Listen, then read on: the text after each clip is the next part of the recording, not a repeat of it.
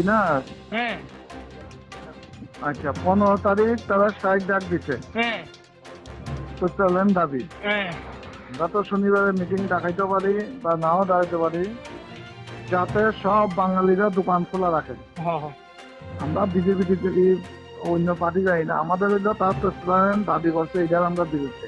হয় আর যে দোকান খুলবো হ্যাঁ মানে বন্ধ করবো, হ্যাঁ তাদের আশা করা নাই চিন্তাটা হয় চিরতরে বন্ধ। আর 16 তারিখ তারা একটা র্যালি করতে পারে।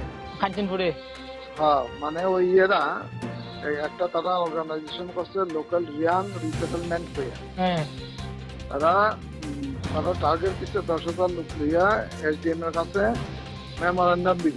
হ্যাঁ দোক তারটা দোক। না না জিও রিসেটলমেন্ট দিত তারা বাইরে দিলে আমরা লাঠি লিয়ে বেরো। আচ্ছা তারা মিছিল করে যাইয়া দোক, এখানে যদি কোনো ডিসপুট করে, হ্যাঁ সমস্যা করে, হ্যাঁ ওই দিন যাতে কেউ পোলাপাইন এলাকা না পারে, হ্যাঁ সতর্ক থাকবে।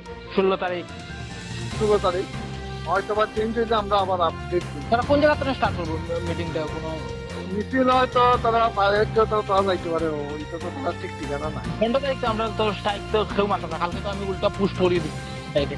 আচ্ছা দেখছেন, শুন অলরেডি তো 10,000 টিকাও করতে পারে, মানে তারা আশা পারে না জিম্বাও করতে পারে, তারা তো পারতে পারে, আমরা তো পারি না।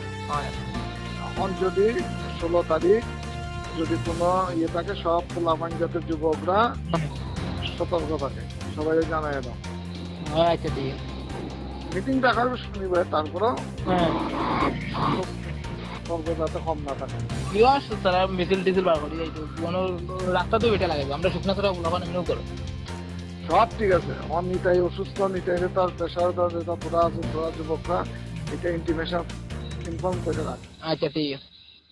ঠিক আছে, আমি সিদ্ধার্থরে ফোন করছি। আচ্ছা আচ্ছা।